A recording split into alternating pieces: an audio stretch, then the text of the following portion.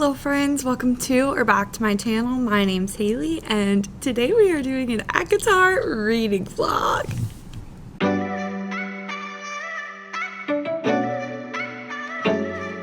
I'm going to do a vlog for each individual book and I think I will include spoilers just because everyone and their mother has read this book, I feel like, and if you haven't read it then you can just watch it when you do read it. So this is your warning, there will be some spoilers in this book video. Okay, so hello, we are in my classroom and today we're reading acotar. So I am reading the graphic audio version that I got from my library through Libby. And the graphic audio version is basically like there is a full cast of characters, and so every character has their own voice, and there is cinematic movie soundtrack almost, and there are sound effects for whatever they are doing. So it is interesting so far. I've only read the first 25% of the book yet, so nothing too crazy. I am a little concerned about this for later in this book and later books where there are spicy scenes. I'm not really sure how the audio is gonna go for that. I feel like it might be a little weird and uncomfy, but we shall see. So before we start talking about what acotar is, I want to just talk about really quick like my fantasy reading taste and why I am so nervous to read acotar. So I do enjoy some fantasy, but typically I enjoy fantasy where it is set in the real world, and my biggest issue with fantasy is world building and just when there's a bunch of creatures and I don't know what they're what they look like, and I just feel like I'm not at I don't have as much of an imagination as I could. So, for example, Legendborn is one of my, favorite books, and that book is fantasy, but that book is, set in North Carolina at UNC Chapel Hill, and it's, a King Arthur's secret society, kind of, and it's, real, but it's, they're just, regular people that have these powers, and it's set in the real world, and so that kind of fantasy is a little bit easier for me to digest because I just have the fantastical elements of the powers and that kind of stuff rather than the whole world as well. So I mean, another series that I love is I love the Percy Jackson series, the Magnus Chase series, all those Rick Riordan books. I like those, but again, those are set in the real world. I mean, I guess in Magnus Chase he does go to Valhalla, but still, he spends majority of his time in Midgard, Earth. But yeah, so that is kind of my hesitation with fantasy. I don't want to say qualm because it's not necessarily a problem that I have. It's just something that inhibits me and holds me back from trying more fantasy. So that's kind of where we're at. And so acotar is a bit of world building, and this is a little bit more high fantasy than I'm used to. Oh my god, it's so early. I'm so tired. Dunkin' is so good. So, in A Court of Thorns and Roses. Oh, okay. Actually, before we go, I think that this vlog will have spoilers in it because, so, in acotar, A Court of Thorns and Roses, we are following Feyre, and Feyre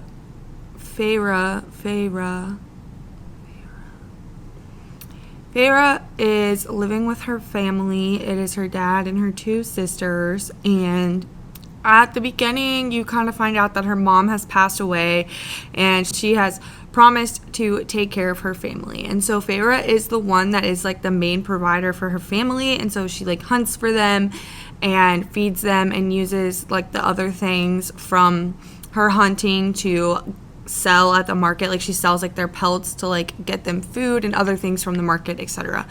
And so at the beginning of this book she is hunting and she hunts this wolf, and she's that's kind of a weird large wolf, and she uses her special ash arrow in case it isn't just a regular wolf, and it isn't, and she kills one of the High Fae. And she kind of is just like, okay, well, we're just not going to talk about it. And she takes the wolf home and like sells the pelt, all that stuff. And then shortly after that, a beast like creature shows up at her house and is like, I'm taking you. You killed one of ours. And she is scared for her family, but she goes to protect her family. And she ends up in Prithian, which is the land of the Fae. And once she gets there, she is like... No. I don't know. Okay, I'll find out. I'm taking a video, okay? That was my cutie little coworker. So she gets there, and of course, like, she's like, I need to get out of here. And so she's like thinking of all the different ways that she can escape. And then she finally is like, okay, like decides like she'll just chill out for like a minute. And she has dinner with Tamlin, who is her captor, and Lucian, who is another high fae. And like once she gets there, she kind of like finds out, she's like, oh, like these are high fae. And she's kind of trying to like make peace with what she's heard about them her whole life and like the legends and like what she's actually observing, because like, for example, one of the legends was like, you should never eat or drink anything a fae gives you because it's going to be poisoned. But then he's like, that's not true, we're not poisoning you, like just eat. And he like uses his magic to strap her to the chair so that she'll eat, and he like won't let her leave until she eats. And so yeah, that's pretty much all I've learned. And then I learned that they wear masks because there's some like magical curse that is making them sick, and it could spread to humans. But basically that's all we've got so far. Oh, and then the other main thing, I guess, is that her family is protected, and he's like told her, he's like, I'm not going to take away the sole provider from this family and not take care of them. And she had to be, well, I guess this is another part that I missed, but if you're watching this, you probably already read the book, but she had to be taken because of like some treaty where like if a human kills a fae, like they have to like pay for it, I guess. And so, yeah, that's where we're at. It is interesting so far. I do like the graphic audio, but like I said, I'm a little nervous for like future parts. But it is nice, like when they're in the woods, you hear like little bird sounds and shit. And yeah, so I'm enjoying it so far. I have to finish the first part, so each graphic audio is split into 2 parts. I have to finish the first part today because I only have like 9 hours left on my audiobook and I have like a full day of work. So I'm going to be listening to it for the rest of my planning and some during hopefully Ray's and then lunch and then like right after school. I don't know if I'm going to finish it in time. Hopefully I do. Yeah, so I am enjoying it so far. I know that people say that this book is kind of slow and then it all happens, like all the action happens near the end, and then like the other books are better. So I'm trying to like reserve judgment and just kind of like wrap my head around like the fae and the fairy world and everything like that. This is like my first time reading anything with fae. So that is where we are at. I am going to keep listening. I have to figure out what my coworker asked me about. She wants me to figure out something for her, so I'm going to do that. And then I'm going to keep listening, and I will give you guys updates when I have some. So, yeah, thank you so much for being here, and let's get back into the listening.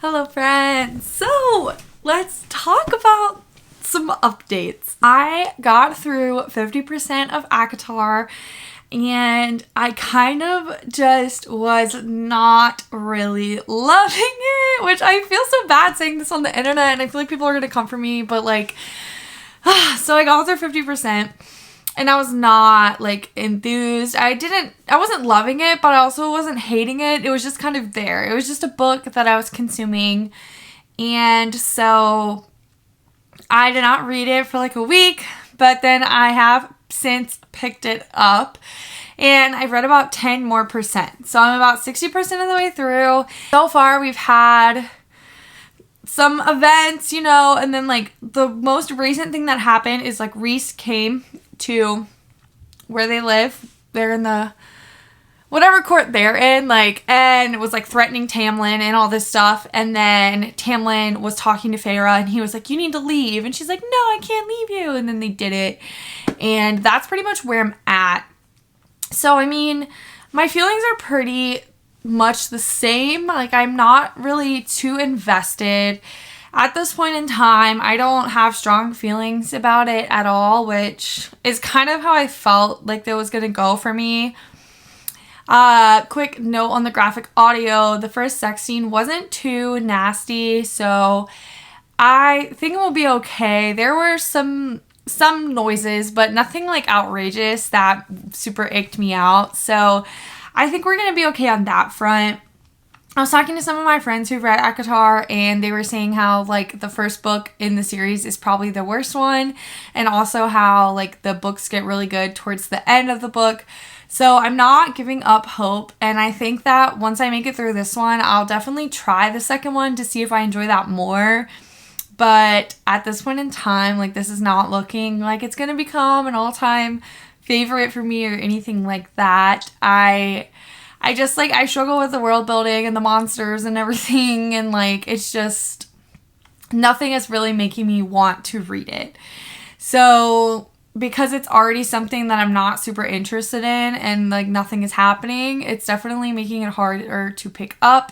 But I only have a few days left on my library hold, so I will be finishing that up soon. So that is my update for now. Okay, hello. This is the worst angle, and I don't have my microphone, but it's fine. We're just going to roll with it. So I'm at work. I'm waiting for the laminator to heat up. But before we get into this, before I proceed on, I want to, like, give some thoughts on acotar and some updates. So in case I didn't say before, I'm pretty sure I did, this does have spoilers in it, and this is going to be, like, spoilery. So if you have not read acotar yet and you don't want to, like, get spoiled, probably don't listen to this part. But okay, so I finally just got to the part where, like, everything started to, like, actually make sense and seem like it had a point. And so, like, Farah went back to her family, and then she found out that, like, Nesta was never fooled by the glamour, and that Nesta kind of, like, knew what was going on the whole time. And then after that, then she's, like, living her little life, and she, like, wants to get back to Tamlin. And then the Betters, like, the girl named Claire Better, whose, like, name she gave to Rhysand. It's weird. I feel like it's like Rhysand. Like, Rhys is the emphasis, but, like, in the audiobook they say, like, Rhysand, and, like, Sand is the emphasis. But anyways, the name, like, when Rhys asked, like, what her name was, the name she gave, that girl's, like, family was completely murdered, and, like, the girl disappeared. And so she's like, oh shit, like, something's happening because of me. And so she goes, like, back to Prythian, and when she goes back to Prythian, she finds Alice, and Alice kind of finally explains everything. And so we learned about, like, Tamlin's curse, and then, like, this is where, like, the Beauty and the Beast aspect comes in. And I'd always heard that this was, like, a Beauty and the Beast retelling, but, like, until now I was like, what? Okay, like, I hear you, but I don't, like, understand what you're saying. But this is where it comes in, because we find out kind of, like, the curse, you know, like Beauty and the Beast-esque, where Tamlin has to find a mortal woman human woman who kills a fairy in cold blood and then falls in love with the fairy.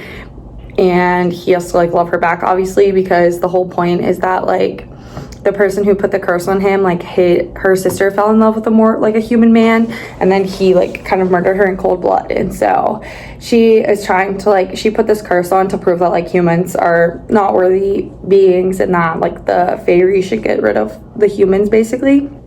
And so it all kind of finally started to make sense. And then, you know, like, Farah's obviously, like, feeling some type of way because she does love Tamlin, but she didn't tell him, and all she had to do was tell him, and, like, the curse would have been broken. And so then she, like, decides to go face Amarantha herself.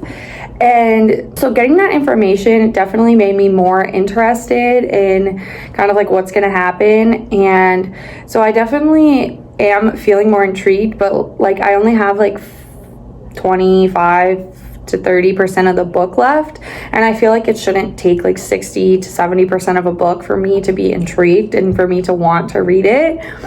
So I definitely, like, still am not necessarily, like, a huge fan so far, but, like, I am at least interested, and I am, like, wanting to know what's gonna happen.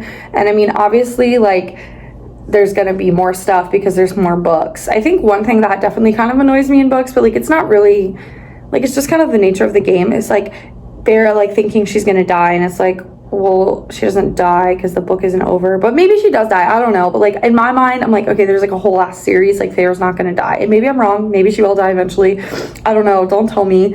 But, like, I don't know, it just, like, seems kind of silly sometimes. And she's like, oh, I thought I was gonna die, and it's like, we're only 40% into the book, you're not gonna die. But nonetheless, I am enjoying it a little bit more. I'm interested to see like what Amarantha wants Feyre to do in order to like get Tamlin back. Yeah, and so I'm interested now that I have more information, but I just feel like the pacing was kind of odd in that, like, but I get it too, like, you can't know about the curse, like in Beauty and the Beast, she doesn't know about the curse, and she just has to fall in love with him, so like, I get it, I do, but I feel like we as readers could have known about the curse without Feyre knowing about it, you know, like, because I feel like in Beauty and the Beast, like, you know about the curse, but like, she doesn't know. But like in this book, like nobody knew, like the reader did not know. And so I think that's like kind of like what the difference is. The more I'm talking about it, the more this is like making sense in my brain, that I think this is like my problem is like, if I would have known, I would have been more interested, and I would have been like, oh my God, like just say you love him. But like at that point in time when I had no idea about the curse, and he was like, I just need you to like leave, like I wouldn't have been like, oh, I love you too. Like I would have been like, fuck you, like why do I have to leave, like if you care about me? So I definitely think that impacted my feelings. So like I said, I have about 25-30% left, so I will hopefully be finishing up that soon, and then I will be able to give you my final thoughts before we probably jump into the next one. Okay, hello friends, we are here for my final acotar update. So I have finished the book, and I didn't love it, okay? I'm gonna be so honest. The last part of the book was Feyre's trials. So Feyre made the deal with Amarantha, right? And it was like, if she can pass these 3 trials or solve this riddle, she'll get Tamlin back. And if she solves the riddle, she'll immediately get Tamlin back and he'll be free. But if she does the trials, there's no like win. There's no timeline, right? So Amarantha was kind of being like a little bit of a trickster in that situation. So we watch as Feyre goes through the trials, and honestly, I think the most interesting part of all of that was Rhys, because she started to make deals with Rhysand and come to rely on him, and you kind of really don't know like what is his motive and why is he doing that. And so that definitely kept me interested, and every time he was in a scene I was like, yes, we get to learn more about him. And it kind of seemed like he was portraying it like he was doing what he was doing to hurt Tamlin, and he was like, anything that hurts Tamlin brings me joy. But it also kind of seemed like he wanted Feyre, and also Feyre kind of like wanted him. She would be like his beautiful body, and I was like, girl, what? Who are we here for? Are we here for Tamlin, or are we here for Rhysand? Because I kind of like Rhysand, okay? Yeah, so it was good. I like the trials, like they were fine. I thought it was also an interesting like dynamic where like the one trial was her having to read some riddle and she can't read, but then also like her end up solving Amarantha's riddle, and it's like this stupid illiterate human girl, but then it's also like she's smart enough to solve this riddle. So I think it's just a weird little like contrast, I guess, that they're like, and half of it they're like, oh, she's illiterate, she's stupid, and then the other half she's like smart enough to solve this riddle and like save everyone in the spring court. So it's like, and then in all the courts. So it definitely was just interesting. And then I like how in my last clip I was like, Feyre's not gonna die, but then she did die, but then they made her a high fae, which weird. I didn't know you could just like become a fae. Like I don't know. I don't understand fae, okay? So yeah, I thought the end of the book was extremely chaotic. I was living for Rhysand, and I can't wait to learn more about him in the future. I hope he's in the future. Wait, like everyone loves him. Like that's the name I always hear. So like he has to be in the other books, right? But yeah, so I guess my overall rating honestly for this is between a 2 and 3 star, because the first like 70% I was just like, okay, and then the last bit was good, but I think I was enjoying, like, I don't know, like, was I supposed to enjoy Rhysand as much as I did? Or, like, was I supposed to be like, go Feyre, free Tamlin? Like, because I wasn't. I was like, ooh, let's learn about Rhysand. Like, what is he doing? Like, oh, and then she smooched him, or he smooched her, and he was like, oh, yeah, I'm just protecting you. And it's just very odd. So I don't know. I don't know if I was enjoying the parts I was supposed to be enjoying. I don't know if I'm supposed to be like team Feyre and Tamlin, because I don't know that I am. So yeah, so I mean, my final thing is it was okay. Between a 2 and a 3, like I think I'll probably give it a 3 on Goodreads, so Nobody Comes From My Life, but I'd say it's like honestly closer to a 2 for me. I would not like openly recommend this book. I am willing to try the next book in the series, so I will vlog my experience with that one as well. But if you've read acotar, let me know your thoughts and feelings. Let me know if I'm just completely missing the point. Comment down below. Just let me know what you think. Let me know if I'm super insane for the way that I feel about this book. And thank you so much for being here. I hope to see you in the next one. Bye. Love you.